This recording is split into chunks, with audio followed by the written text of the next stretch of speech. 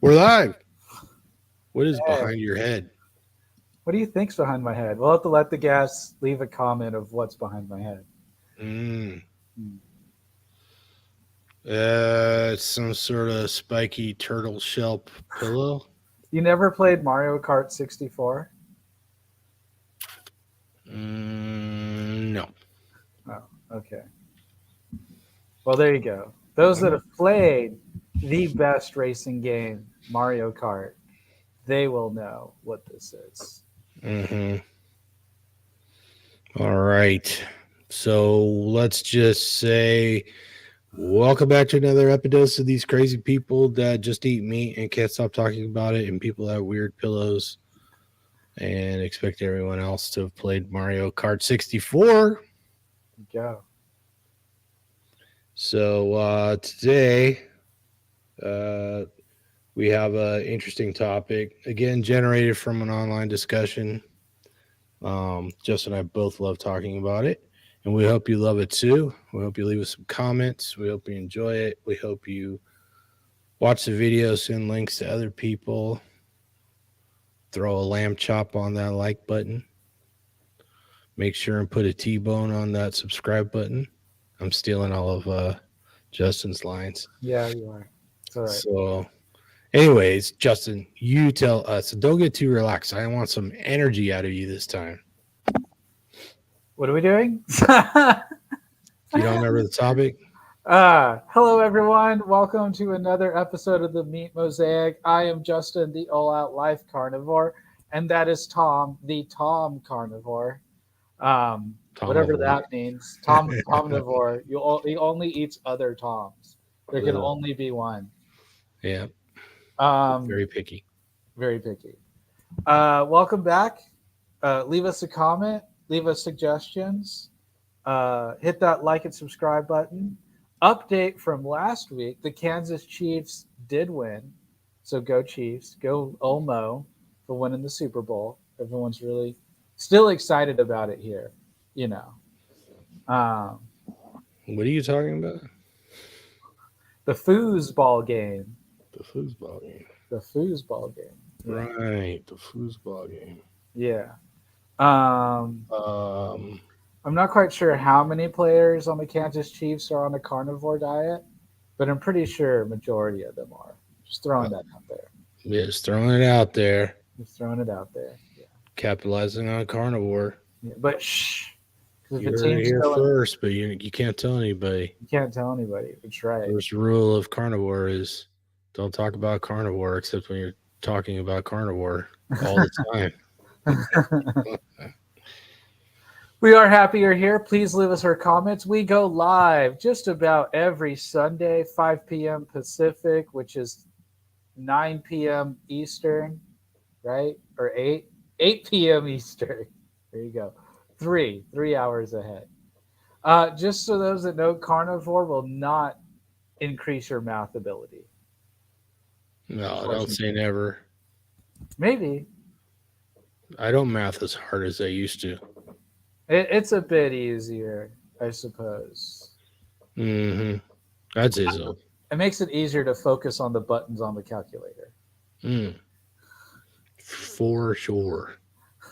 Plus, you have extra strength pressing those buttons more times. There you go. Carnivore durable. Carnivore durable. We should work that in more. We say it all the time to each other. Carnivore durable. Should put Carnivore. it in here more. Yeah, we really should. I love that catchphrase. So yeah, hit that like button, subscribe button, notification bell, leave us comments. Don't Uh, relax too much. don't relax too much. Go ahead and grab a pillow, grab a No. coffee, Yeah, grab there you go. boba. Fine, pick up a weight. How about that? Do some push ups. Do some Oh, push-ups, pick up a weight. little Miss Marjorie Martinez is here. She says, hi, Marjorie. meatheads. Hey. Meatheads everywhere. Unite. And today's topic is the one that comes up quite a bit, although it seems to be in fashion again. Raw versus cooked debate once again. And if we have time and enthusiasm, we'll look and see how my friend does a 100 grams of protein challenge. So set that. Yeah, you got a friend that he posted a picture of some what we would call less than ideal sources for protein. Yeah, just a bit, kind of. Yeah. Mm. Yeah. So, anyways, we didn't want to just necessarily talk only about raw versus um, cooked meat. I titled the video "Humans and Meat." Like, wanted to talk about getting into it a little bit because there was an online discussion and someone um, was saying that humans had been eating cooked meat for millions of years. So you want to start with that? You got any opinions about humans eating cooked meat for millions of years? Well, I mean, first you have to define human. Mhm. Our Don't current know. rendition has only been around for about 100,000 years or so. Homo erectus, right? Ours, but like more of the, Fully modern humans. yeah. I'm pretty sure fully modern humans really starts with Cro-Magnon because there are, the full set of genes from Cro-Magnon are identical to some modern humans. Or, yeah, they're basically identical. So, for me, that's the jumping off point for fully modern humans.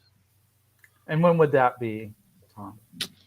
Um, What's your calendar? But again, for any kind of discussion, you got to define terms, right? So, what do we mean by human? What do we mean by modern human, and what time frame are we talking about?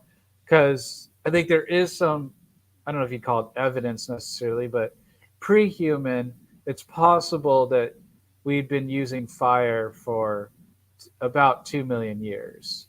so, So, the first reference I found says that Cro Magnon seems to have evolved in Africa 120,000 years ago and spread into Western Asia by 90,000 to 100,000 years ago.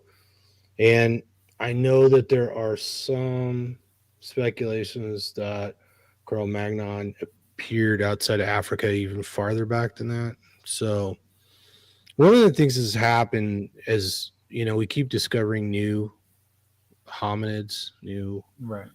pre-humans and humans and modern humans, and we kind of grew up with this idea that humans evolved in the Fertile Crescent in Africa, but the number of remains of ancient humans outside of Africa keeps building. And so then it's like, well, it's kind of hard to say whether humans evolved somewhere else and migrated into Africa and then out again. We have this concept of the out Africa theory that everybody is a descendant of mitochondrial Eve from Africa. There's various estimates as to exactly when that was, but in the hundreds of thousands of years ago. But now it's not really certain that that's the case. And it's kind of hard to discuss because it seems like everything we talk about when it comes to genetics is based on the haplotype groups and how they migrated and mixed. But they, of course, were that whole concept of the haplotype groups was built upon or predicated upon the theory that we all descended from mitochondrial Eve at a certain location and time. The time is a little bit flexible because some of the evidence isn't super specifics, but it is possible that um, that isn't exactly what happened. And I don't know that it really matters. I mean, if we popped up in Bulgaria versus, after the Fertile Crescent, I don't know that it really matters to us. And there's so much evidence that's going to keep coming in as there's new discoveries that it's not really something. It's not really something I would want to spend a lot of time arguing about or trying to convince somebody one way or the other because you know how it is. There's always more evidence coming in and new surprises, right? Jury's still out, but to you at least, it wouldn't matter which continent or ethnicity the first human was cultivated from. Yeah, and I suppose there's people would have other opinions about which group or which distinct hominid was the first modern human or fully modern human, and then of course there was more or less, there's that step before fully modern, right? Right. So, that's all debatable. But if it doesn't go back that much further to than Cro-Magnon, and it's certainly possible that non-fully modern humans had control of fire. Right. And I've mentioned this a bunch of times, and I'm sure you have too, that we keep finding more evidence of things being older than previously thought. Hmm. Right. So it's entirely possible that the human lineage goes back, whether we're talking fully modern or nearly fully modern humans, goes back further. And I wouldn't be surprised if we found out that people were controlling or using fire earlier than we thought. But there isn't a bunch of evidence to suggest that they were using it a million years ago. I don't think there's any evidence. I haven't seen anything like that. Have you? I mean, I thought there was speculation that, you know, possibly as far back as 2 million years ago, there was usage of fire. That's something I heard. I forget where. Pre-humans, uh, you know. So maybe I don't know.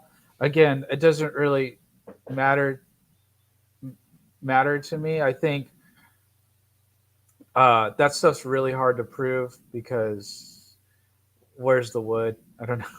You know, um, I think when it comes to raw versus cooked, it's more about nutrients and then safety. And to me, I think it's just one of those things that comes down to preference again, as well as um, I'm not convinced that cooking your food is detrimental to your health. Mm. Yeah, no, I think people could thrive on cooked meat. How much raw? Well, you drink raw eggs regularly, right? Right? And then when it comes to meat, how often do you actually eat raw meat? Does sushi count, or are we talking I like would say yes. To me, meat is meat. It doesn't matter if it's you know, uh, a four-legged mammal or a fish or a bird. Meat's meat to me. So you can define it any way you want. yeah? I mean, I'd probably say bare minimum once a month, if not more. I don't do it very often at all. Mhm. Um, but yeah, typically it's sashimi sushi Mm. if I do have it. So you don't find yourself eating the raw beef, huh? No, and that's just a personal preference and a. So I got very sick from a weak bird a Mm. year and a half ago, and so I'm Undercooked chicken. undercooked chicken. Yeah, It'll do it every it time.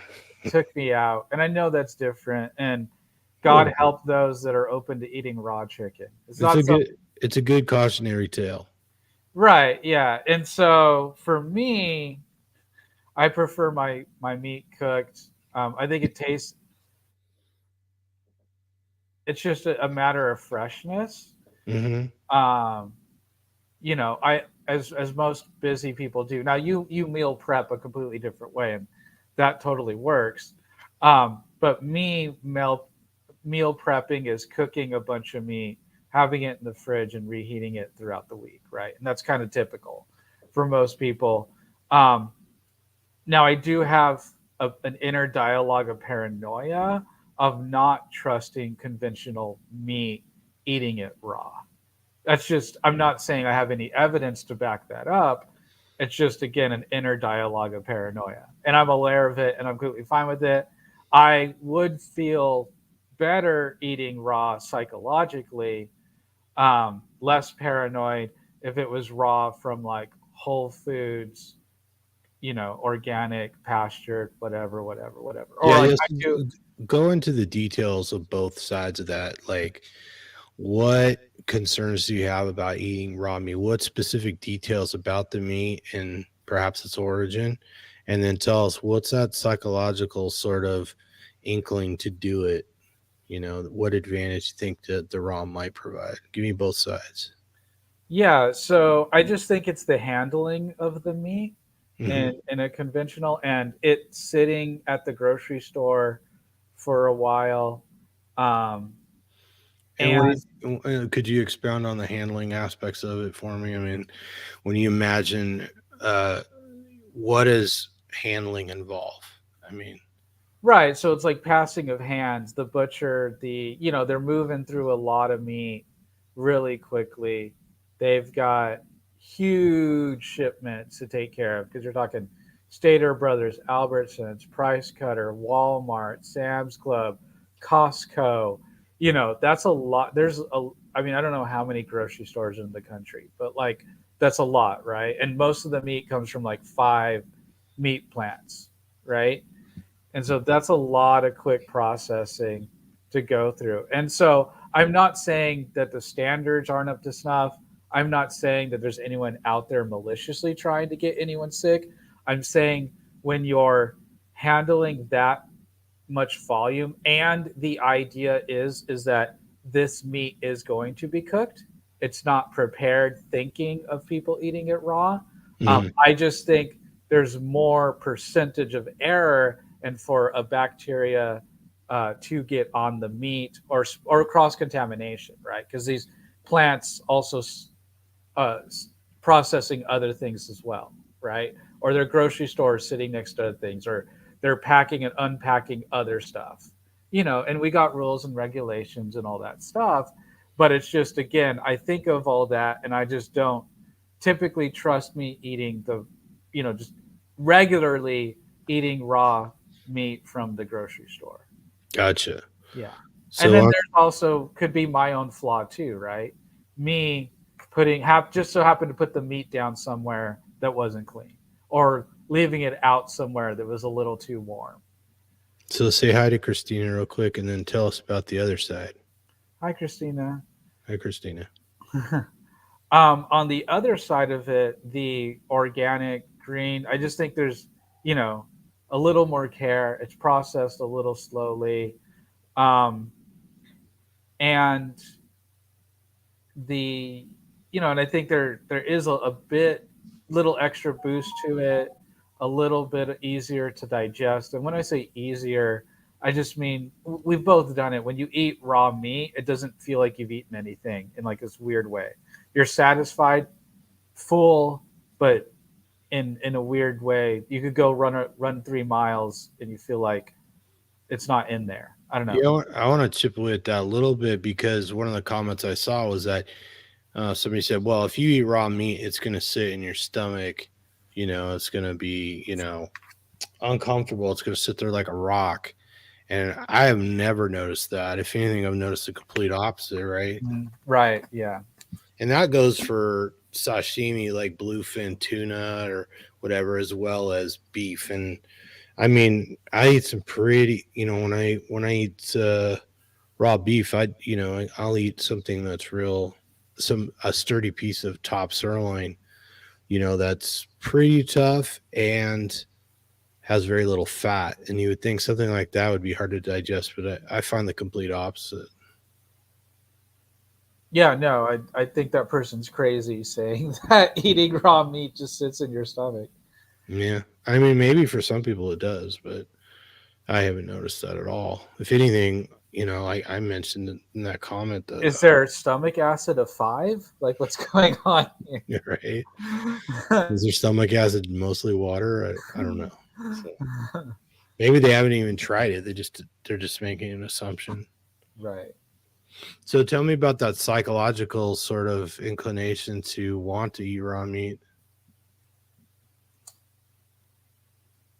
Yeah, I mean, I think, like I said, a bit easier to digest. I just don't. I don't know. You do feel like a little bit better eating raw, but Mhm. I don't. But again, I think it's a psychological effect, and it could just be the little bit of thrill of eating the raw meat because it is out of step with what is expected, and people do kind of wig out on you a little bit if you talk about eating raw meat. Mhm. And so I think to me, the raw meat effect is more psychological than physiological. Um, and that's okay. I mean, I don't think that's a problem. Um, I've had raw meat at your house. I've eaten Mhm. raw meat on my own. I've bought steaks from organic, pastured, whatever, and eaten the whole thing raw. The biggest drawback, I think, is taste. Um, if you're especially just unsalted raw meat, um, if you want something with a bit more flavor, especially the fat, I find too much fat on raw meat is like trying to chew bubble gum. I can just kind of sit there and chew it forever. Yeah, and the fat varies, right? Right. It's sometimes it's very tender and very easy to chew, and sometimes it's quite a bit more difficult to chew. It just lasts forever. It's like a indestructible hubba bubba. Right, exactly. So that can be a drawback as well. Um, so I'd rather have a leaner cut raw. I feel like a ribeye or a New York raw is a little bit of a waste. And I think the happy medium is going blue rare, right? Just a nice 1 minute sear, 1 minute 30-second sear on each side, and it's ready to go. I Yeah, know. and then I mean, what's the difference between eating something that's seared on the outside and basically raw in the center? Well, I think when it does come to bacteria or possibly getting sick, I think that bacteria is most likely going to be on the outside and not the inside of the meat. Hmm. And so I think that sear, maybe I'm wrong, but I think the sear is protective in that way. Um, and I think if you want to take it an extra step, and it's not hard to do, but easier to do in an air fryer is, taking a frozen ribeye or a frozen New York, sticking in the air fryer for like 15 minutes, 20 minutes. And you've got like a sear on the outside and the middle's still a bit frozen. And that's particularly nice in a weird way. So you're more comfortable just because you buy a steak and the outside of the steak is somehow contaminated. And Right. by searing it, you're killing off some of the germs. Yes. Yeah. So, and then let me say, if you had a great big roast and you ate the center of it raw, you'd be more comfortable. Just Yeah. because, yeah, the Right. bacteria tends to move slowly through the meat, and of course, we know that everything's got bacteria in it, Right. right? It's just a matter of having too much of the wrong kind, right? Right. Yeah. Yeah, I saw one of the curious comments in that online discussion I was referring to was that said something about people talk about eating red raw meat were germ theory deniers or something like that. And I thought that was pretty funny. That is pretty funny. I don't know how eating raw meat is a germ theory denier. Yeah, when I get a chance, I'm going to ask him exactly how the germ theory applies to raw meat. So I don't know. You have to ask him because I don't know how that it was kind of an open-ended statement, I right. guess. So, I'm not sure what all that entails. It's like people don't believe germs exist. Of Well, I course. mean, I don't know. I kind of feel like debate is over once someone starts calling somebody any kind of denier. Right. I mean, denier is the new Nazi, right? Right. Yeah. Yeah. So, anyways, not much of a, but it is an interesting discussion, and they had brought up that somebody had done some research indicating that cooked fats were more bioavailable, which I haven't really read much about. So, I couldn't say that eating. I actually the less cooked the fat for sure, the better I digest it because I try and eat the rendered fats, whether they're beef, pork, duck, or whatever, and they clearly aren't as digestible for me. Whereas the raw fat, never a problem. Tom, did you bring up cats during this discussion? Eating cats or Pottinger's cats? Either, but Pottinger's cats? No, I didn't get around to Pottinger's cats yet. Oh. Okay. And that crossed my mind, and it's one of those discussions I haven't really devoted um, uh, a whole lot of time to the discussion, even though it is very interesting. If I had more free time, I probably would have dove in quite a bit deeper, and Pottinger's cats definitely would have come up. Well, Pottinger's cats is really fun because you can use it for both sides of the argument. But of course, like the first problem is that it's cats, right? And we are not of the feline species, at least not most of us. True dat. But we could compare cats in one capacity to what Marjorie Martinez commented there. She said, "But if your stomach acids are high enough, it will kill any bacteria," and that's true. Um, you need a pretty significant bacteria load to get through there, but if the meat has a lot of bacteria, has had a lot of bacteria in it, the toxins from the bacteria will make you sick. Not necessarily destroyed by the stomach acid. Can be, but that's one of the big things is our stomach acid is more acidic than cat stomach acid. And one of the leading theories is that we actually evolved as meat eaters because we were scavengers, right? We ate a lot of the. Because we were cats. Oh, sorry. Thought that's where Maybe this we was were going. cats. I don't know. New human theory. It's not the water monkey or the aquatic Aquatic ape. Abe. Water monkey. Maybe we need to work on the new theory. Let's say hi to Michael Maj since he's here as well. So, howdy, Michael Maj. Oh, my Kamaj, did you see that lady that got mad at us because we weren't prescribing medical keto macros in the keto MS group? That was a fun lady. She's fun. Love her to death. I don't think I'm in that group now. You guys are excluding me from groups now. What the hell? Apparently, yeah. Isn't it interesting when you're on Facebook long enough, all of a sudden you find out that you're a moderator in a group you never heard of? Right. Like, huh? Why do I have this notification about a complaint or somebody wants to join a group for some group you've never heard of, and it's asking you to approve it? You're like, what? I don't know if it still is, but I was like that with me in the lion diet group for some reason somehow. Oh, that's true. I haven't gotten any notifications from that for a while. Maybe they didn't see us in there enough, so they were no longer moderators or something. Or maybe the group's just been sleepy. Well, I mean, there you go. Lion diet. Perhaps there is some sort of feline monkey origin, aquatic monkey, water monkey, feline origin of human beings. There you go. Aquatic cats.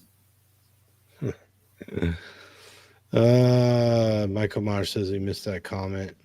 Hmm. And then March says, see how they are. Yes. So, yeah, do you want to give a brief synopsis of Pottinger's cats since we brought it up? Yeah, sure. So Pottinger's cats is there was a doctor of some type who raised these kittens, these cats, fed one group of cats cooked meat, the other group of cats raw meat. Within 3 generations, the cooked meat cats couldn't reproduce or had a really hard time reproducing, had a whole bunch of health problems, et cetera, et cetera. Whereas the cats only fed raw milk and raw meat did very, very well and continued to thrive and do well. So a lot of people that are super pro raw meat will be like, look, Pottinger's cats. How can you deny the evidence? See, you have to eat raw. Yeah. Yeah, I was a little worried because somebody invoked the what's his name, Vonderplanets. Oh God, I can't remember his full name. Jonas Vonderplanets, the guy that was like a soap opera TV guy and ate lots of raw meat, and he died in his balcony collapse. Where was he? Like Thailand or the Philippines or whatever, and broke his back. But anyways, I think it's Jonas or Janis. Hey, I just want to make a note here that other note of carnivores dying from accident. Yeah, it's the accidents, I guess. Yeah. But yeah, and I wasn't, I'm a little iffy on some of the things that guy claimed. And he's not around here. He's not around to defend himself, but he has a. It's kind of like the Ray Pete thing, There's that appeals to some people, and the guy was a proponent of high meat, particularly like high liver. I tried it once out of curiosity, but like I'm not feeling it. Not gonna eat that again. I suppose if like somebody double dog dared me, I'd do it. For a certain amount of money, I'd do it, but I'm not gonna do it as a lifestyle, that's for sure. So I think that sort of lifestyle would lead to much fewer friends and loved ones just based on the smell alone. So anyways, yeah. So Pottinger realized that cats did a lot better on raw than on cooked, and some of us humans are finding the same thing. But I looked up the dates for how long we've had control of fire, and previously the established number was about 120,000 years. There is more recent evidence that I think it was some of the habituation sites in Israel, particularly in caves, they found evidence that they thought went back like 300,000, maybe 400,000, and led to speculation of up to 1,000,000 years ago. So, but still, you got to wonder in that window of time, how much is really required for people to evolve? Because, and I say people in the context of hominids that eat meat, right? How long would it take us to adapt officially from raw to cooked meat? I mean, Was that a question? Sorry. Yeah, I mean, it's kind of a hypothetical question, I mean, I think it'd be a really easy adaptation. I don't think there'd be any issues with adaptation at all. Well, I wonder if the killing off the bacteria is as significant as denaturing the amino acids by heating them up, right? Mm. So, I mean, you might have to eat more cooked meat just to get the same amount of nutrients from the raw. And of course, it depends on how much you cook it too, right? Right. Yeah. Let's see if Christina has a comment here. Let me read it real quick. I tried to feed my German Shepherd a raw meat diet, and they got sick a few times and frequent diarrhea. But on cooked meat, they never got sick, and everything poop wise is always solid. So there you go. Our German Shepherds didn't do well on raw meat. So I don't know. My dog is unknown age. So I've got her at the used dog store, so I don't know exactly how old It she could be 100,000-year-old dog. could be 100,000. I'm guessing somewhere closer to 16, 17, 18 years old. And she's been eating nothing but meat for longer than me, because I was like, my other dog got its tumor on its face, and I was reading that was a known result of eating dog food. Right? It was like only dogs that ate dog food got it, And so I was like, well, what do I feed my dog? They're like, oh, feed him meat. So that was another reason why, I was like, oh, I'll just go carnivore, eat the same thing as my dog. That certainly makes shopping Save on groceries. There you go. Yeah, I mean, when you learn to, to get your meat at a decent price, eating carnivores, I think a lot of people find it's less expensive because you're not buying all the accessory foods, Right. You're not worried about your ranch dressing and your hot sauce, barbecue sauce, potato chips, croutons, garbanzo beans, Brussels sprouts, And that's just to make one meal. right? Good night, Margie. What? She's leaving us already? It's not even 6 o'clock here, so it's not even 9 o'clock in Miami. How dare she leave us? We must be boring her. Maybe we're boring. Quickly, turn into a cat.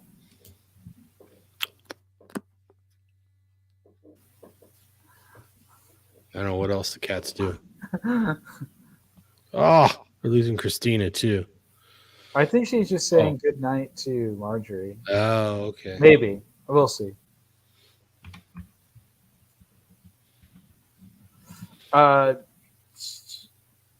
Your dog, very healthy. I've met Tom's dog, Trixie. She sometimes makes an appearance on the show. She does. Just behind me snoring away right now. Quite the happy, loving dog. If you got your headphones on and turn up the volume, I might hear her. So. And she's quite healthy. And yeah, like Tom said, she eats meat. Sometimes she doesn't eat, but when she's hungry, she will eat meat. So she also has the biohacking track of fasting. So there you go.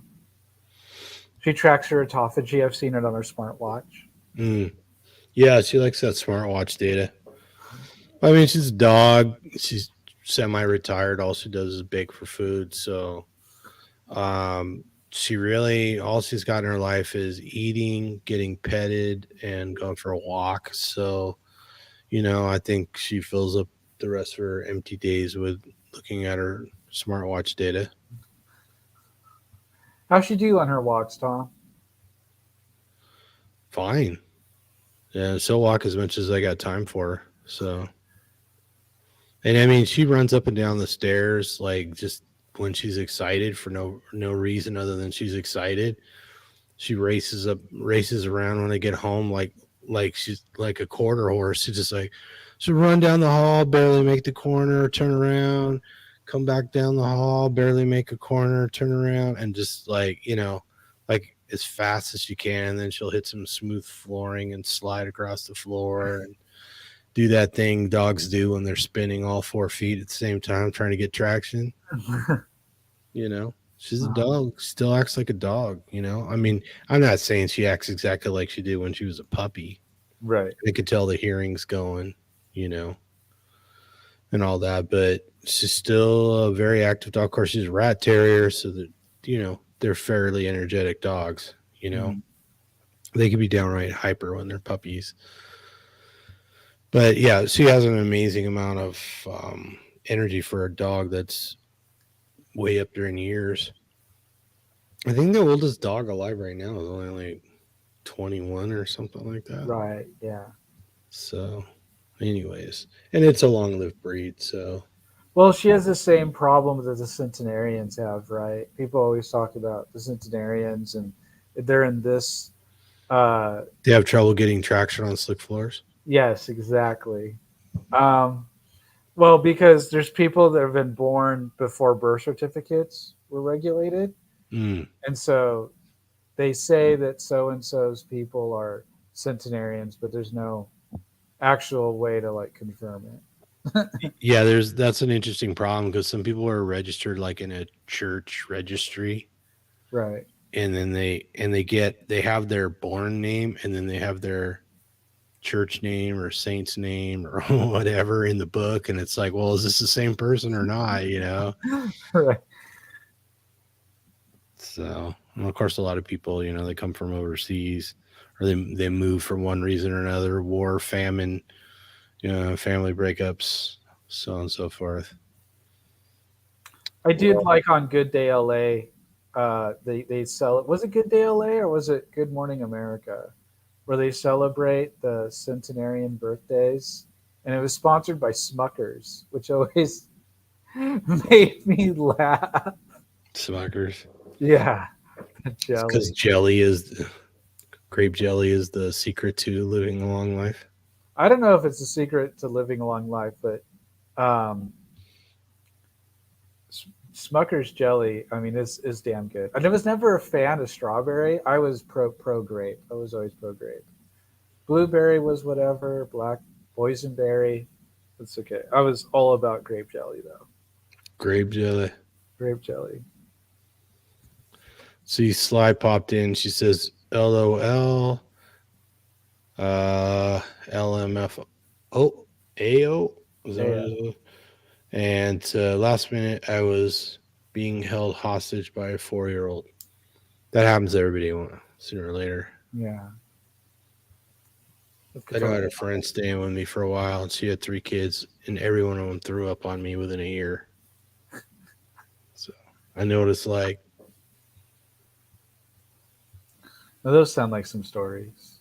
Oh, so hers is raspberry. Yeah, raspberry wasn't bad.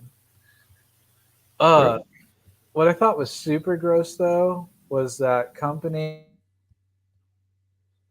I can't remember the name of the company, but it was peanut butter and jelly together in the same jar. And I thought that was an abomination. Yeah, I think I've seen that on the shelf recently. Yeah. I was like, ew. It Like, was I get it. That's the purpose. Yeah. But just to have it together like that disgusted me for some reason. When was the last time you had jelly? Oh, I don't even know. I mean, it could be as far back as 4 or 5 years ago now since I've had jelly. When was the last time you had peanut butter? Again, probably about the same. I had okay, no, yeah, probably about the same. Yeah, and it was almond butter or it was sunflower butter, one of the two. Because I thought it was healthier. Yeah, that sunflower butter is really good. Yeah, sunflower butter. I'm surprised it's not more common. It's more spreadable than almond butter because almond butter you'd buy it and like all the oil would go to the top, and then you try to stir it up. Yeah. Yeah, I remember one time I had some of that almond butter. It was separated. My girlfriend at the time had a friend who couldn't see very well. You might have met her at some point. I'm not sure. But anyways, she picked up the jar and the oil was so clear on top, she didn't realize that there was, an inch of oil or whatever, 2 inches of oil sitting in the top of the jar. And she opened it and it went everywhere, all over the kitchen. Well, that was a long time ago because I was even in a different house. So that was more than 10 years ago. So, but anyways, yeah, the thing about it separating was an issue because then trying to stir it and not slosh the oil out of the jar was a project. Sounds like you want to just dump it in a bowl and mix it and put it back in the jar because it's too painful. It's a mess. Well, I learned the trick is that I'd buy it and then you put it in the fridge upside down. Is that right? Yeah, and it won't separate. Yeah, so then it mixes easier. Yeah. So I did learn how to get past that. Some technology we could have used 10 years ago. Cool. Yeah. Oh, we didn't know each other 10 years ago. No. We would have told you how to eat your almond butter better. That's the kind of value I bring to the table. Oh, yeah. Absolutely. So, anyways, do we have anything else to add to the history of humans and meat? Just that one thing is certain, whether cooked or raw, the primary food for the majority of human existence, pre-human existence, after we came down from the trees, more or less, has been meat. Yeah, that was one of the comments somebody made was like, I was like, yeah, they indicated that we came straight from the trees to eating cooked meat, right? Well, no. I wouldn't side with that comment. Yeah.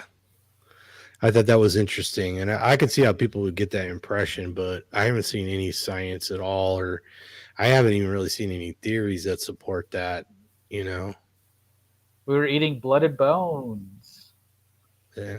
Probably ate a lot of brains and bone marrow in the beginning, leftover muscle tissue, right? And that's kind of one of the things I've always wondered about the whole eating nose to tail and eating all these organ meats is like, if we really did start out as scavengers that went through and ate leftovers from other predators. We know a lot of predators, particularly canines, but also some of the large cats, they have a tendency to eat the organs first, right? And the liver is one of the most, usually the dominant, say, wolf is the one who gets to eat the liver, right? It's the most nutritious or most vitamin dense part of the animal usually. So if we started out as scavengers, we probably didn't eat it in a lot of organ meats. Right. It would have been eaten. Yeah. I mean, even to this day, we have a lot of coyotes where I live, and if the coyote's in a hurry or if it's just one of them, a lot of times they'll just eat the organs out of the cat or whatever, and they leave the rest of the animal, the head and the legs are still there. Mhm. So For you, and you bring it home and you make I yourself know. a nice catwich. Yeah, make a nice cat witch and maybe grill it up a little. Once you get the hair off, it's not so bad.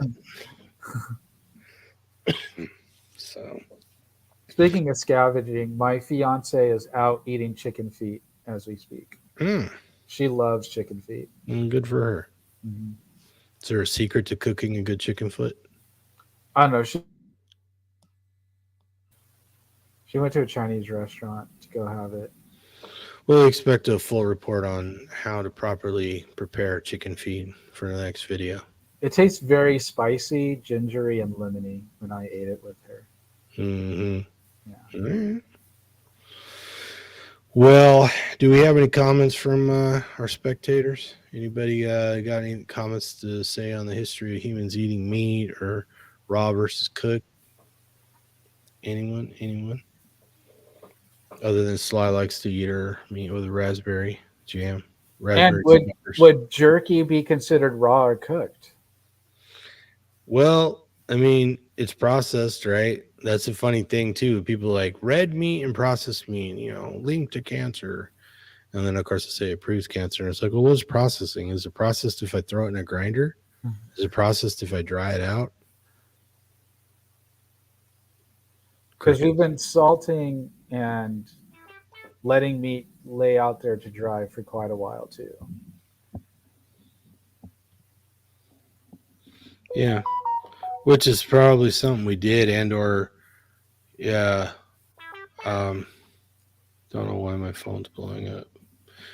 But it's notifications from the manufacturer. That's why. It's bypassing my quiet mode. Bastards. Uh, But Sly says just eat it. I'm sorry. 5150 Keto Warrior says just eat it. Just eat it.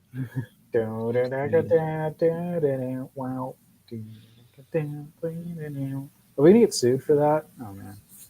I mean, are you gonna get sued for that? Who owns Michael Jackson's collection again? Oh, I was going for Weird Al Yankovic myself. So Oh, okay. sorry, Weird Al. Didn't mean to step on your copyright toes. I'm pretty sure we didn't. So, Do we have a moment to see my friend's picture? hell yeah. All right. Do you want to pull it up? Remind me where it is. Was It's it in in Four Amigos. For amigos. Don't tell anybody the name of our secret group. Mhm. How can I make you bigger? I must make you bigger. I'm not trying to pick on him if he ever watches this, but I do have questions about your choices, sir. Now, this friend is, I think we're the same age. He is quite healthy. He's fit looking. He's health conscious, which all props, all good for him. He's a book reading man. But I don't know, just these choices, just they're just not what I would have gone for if I was trying to make a similar statement. Hmm. Did you find Uh-oh. that? I don't know why it's not just let me share the screen. It's giving me all these options that are not what I want. There we go. They just added some new menus to the share thingamabobber. So, ta-da! There you go. Oh, thank you. See, someone paid attention about my hair. Thank you, Sly. I know. I know. Yeah, 51 keto warrior. We're trying not to pay too much attention to Justin's hair because he was previously a little too obsessed with it. Just saying. So what's going on here? I see a bunch of whole wheat bread, some peanut butter, some Vega protein and greens, Schmucker's natural creamy, another kind of peanut butter, and then a jar that looks like a bunch of sunflower seeds with no holes on them, or maybe it's not sunflower seeds. I guess it could be flaxseed, maybe. And then I see some cookies and cream protein bar, Oh yeah. and then some kind of heart healthy mixed nuts, an empty thermos. Looks like uh, some Luna bars and a jug of oil, cooking oil, some kind. Yeah, so a friend posted this with the statement, uh, mission, get 100 grams of protein. And Should we just send them a picture of a pile of steaks? I did. I commented, mission 100 grams of protein with like a steak and a bunch of like chicken wings. I'll send them a picture of a. I have an entire gallon of whole egg in my fridge that I prepped today. So I don't know if this is him trying to get 100 extra grams of protein. I don't know if he's shooting for 100 grams of protein a day. And you said he's not vegan or vegetarian yet. This is all plant protein. Yeah, I don't know why there's no meat here. I'll be honest, I don't know him too terribly well. He likes peanut butter sandwiches. Maybe that's it. Um, and a Vega shake, I guess. Yeah, it's just not what I would have gone for. I mean, I hope he doesn't struggle getting 100 grams of protein a day, because that's maybe if he's vegan, that is a struggle for a vegan. He's got 6 pieces of bread, so that makes 3 sandwiches. He's got 2 kinds of peanut butter. So let's say he mixes his peanut butter. He puts one brand on one side of the sandwich, the other brand on the other half of the sandwich, and then he sprinkles some vegan powder in there with some. I'm gonna go with Seeds? flax seeds. I'm guessing. I can't imagine eating whole flax seeds. Pretty sure they'd go right through you. Oh, Ben Parlos, haven't seen you in a while. Oh yeah. Welcome back. He'll have to eat a lot of PB sandwiches to get that protein. Yeah, I would think so. Let's see. Wonder how many grams of protein are in a whole jar of peanut butter. And that's a lot of sugar. Right. Yeah. That's a lot of carbohydrate plus mixed nuts.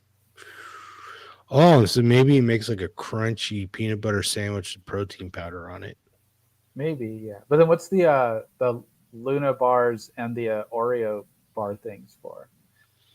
After? Yeah, I can't really read it very well. I know it says something 2 gram, 11 gram, 22 gram. But I can't tell what it says.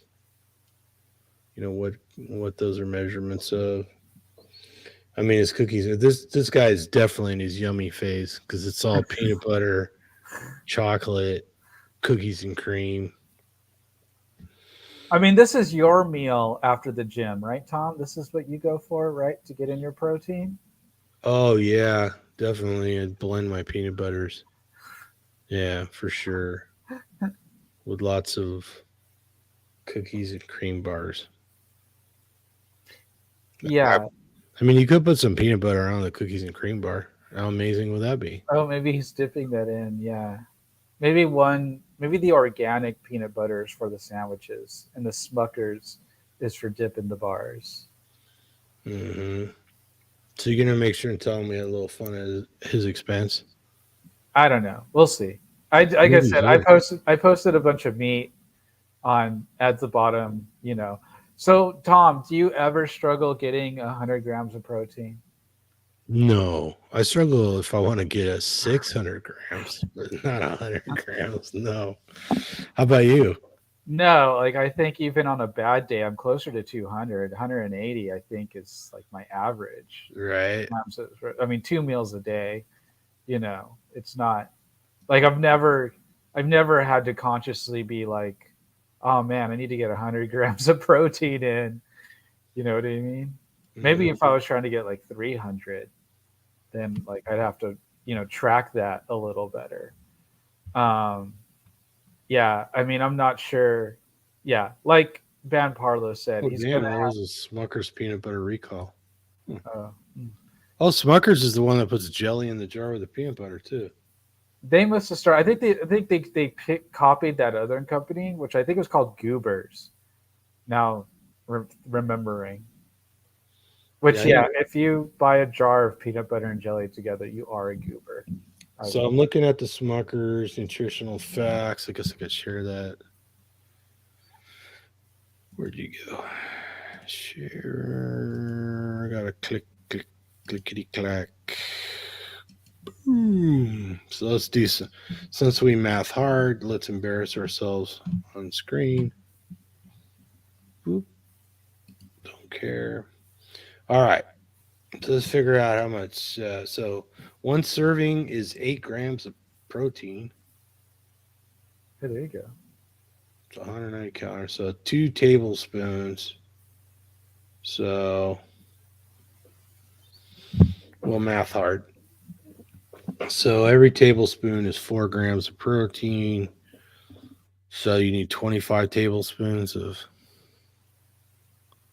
25 tablespoons to get 100 grams of protein. Yeah. Which I Yeah. suppose maybe you could get half that on a sandwich or a few sandwiches. And that's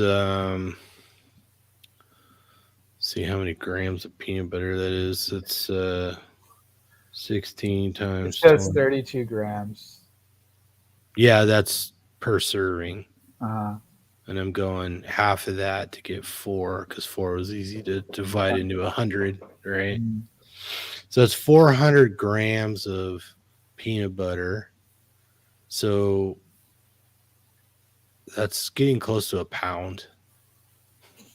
Let's see. Because I think 450 grams is a pound, roughly, mhm, right? So, right. yeah, so a pound of peanut butter. And that jar was what? What was it? 32-ounce jar? 16-ounce jar. So So you basically need the whole jar of peanut butter a day.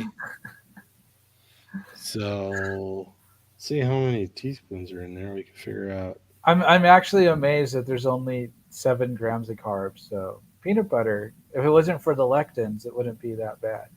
And Well, for it being a seed oil, I guess. yeah, I'm trying to figure out. I know the keto crew people love their peanut butter.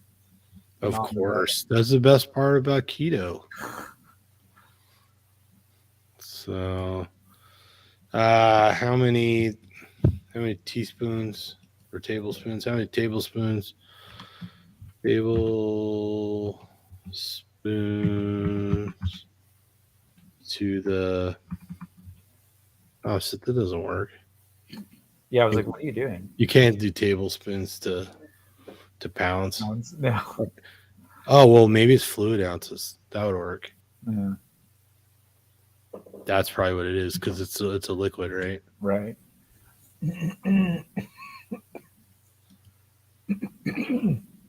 So there's 16 tablespoons in a cup. A cup is 8 ounces. So it's not as much as I would thought. 32 tablespoons is a jar of peanut butter. Is that right? That makes sense. I believe it. Yeah. All right. So 32 tablespoons of peanut butter to get about roughly 100 grams. All right. I could eat that. I would probably be sick.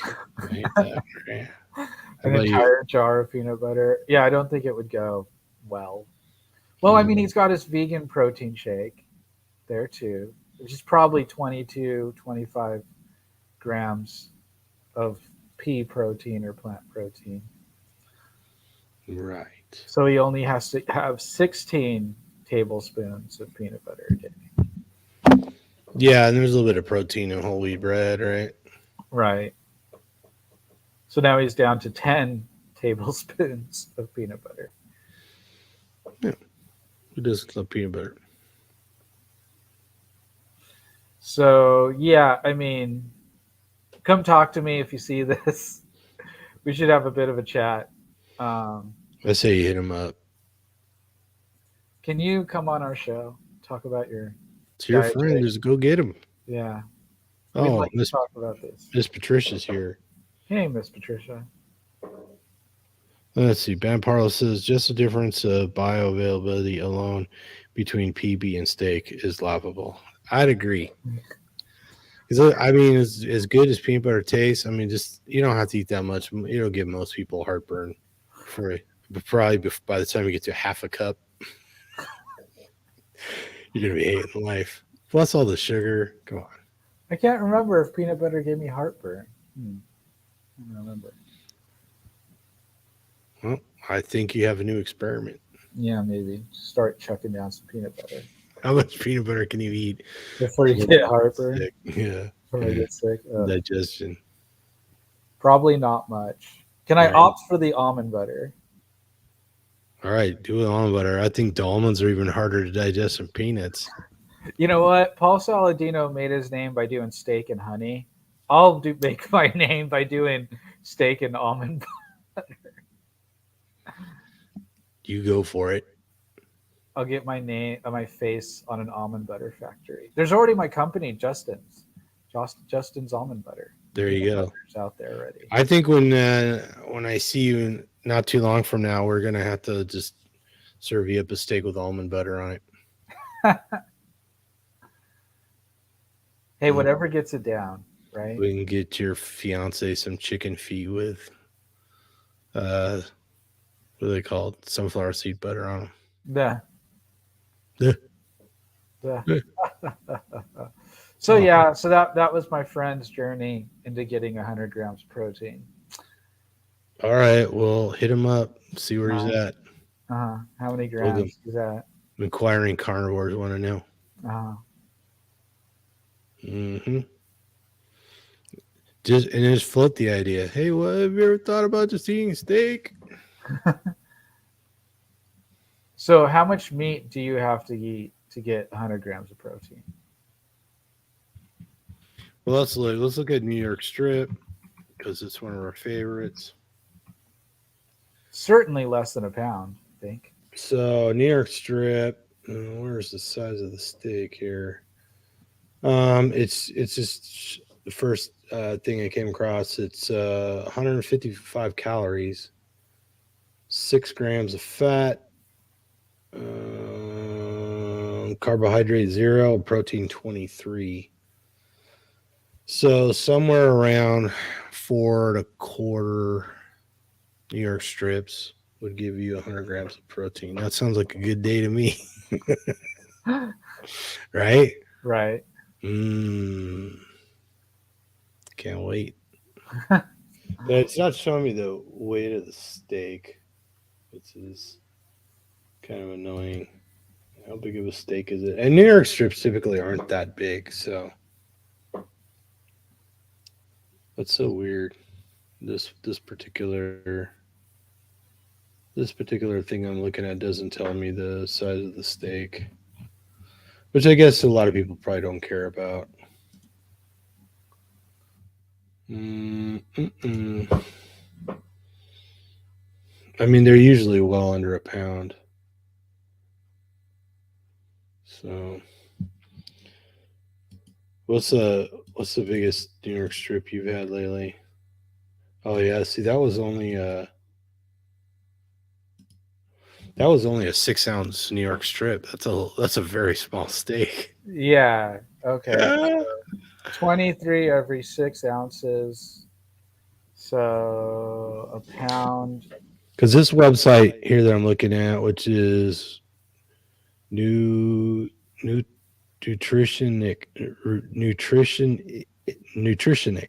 And so it's nutrition with IX at the end.com.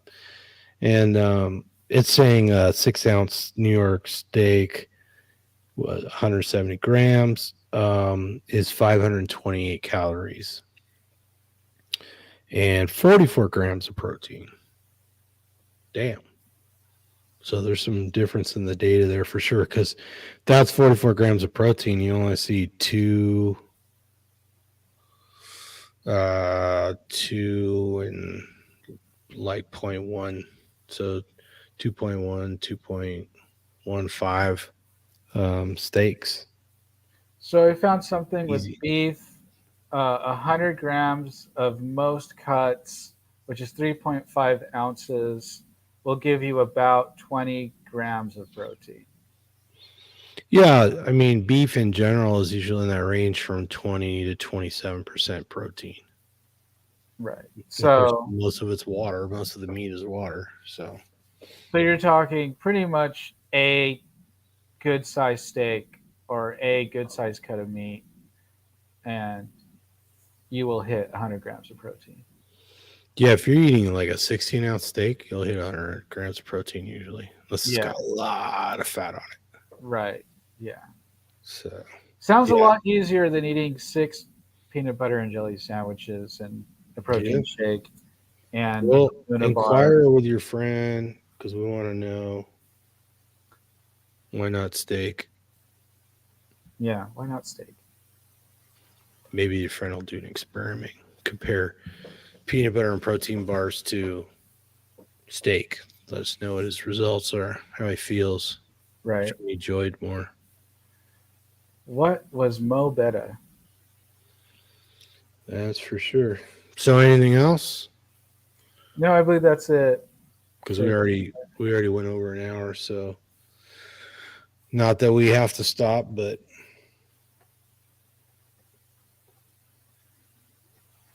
all right. Well, let's wrap her up. Thanks everybody for coming. Thanks for the comments. Good seeing everybody there in the chat. Hopefully, you guys will pass on the links to other people, help us grow the channel. Come back next week. And let us know how you get 100 grams of protein. Do you struggle with getting 100 grams of protein on the carnivore diet? Maybe it's something we could help you with. Do you eat raw? How long do you think humans have been cooking their meat? Inquiring people want to know. And if you happen to see that discussion in the on Bookface, feel free to jump in and trounce on the people who say we don't believe in germ theory. Do you cook your steak in the toaster? That's one I always like to ask people. So we'll say goodnight, Christina, Bam Parlos, Miss Patricia, 5150 Keto Warrior, and Marjorie, of course, who already went to bed. And I got a text the other day from Raymond Neff. Oh, awesome. But he's not here. Oh, Mike Amaj was here. Probably see or hear from him before too long. So anyway, thanks everybody. It's good seeing you.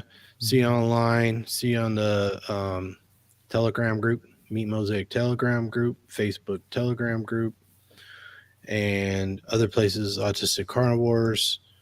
And thanks for your support. Eat some meat. Feel better. And whatever you do, don't fall down the peanut butter. hole. Oh, oh, oh, oh.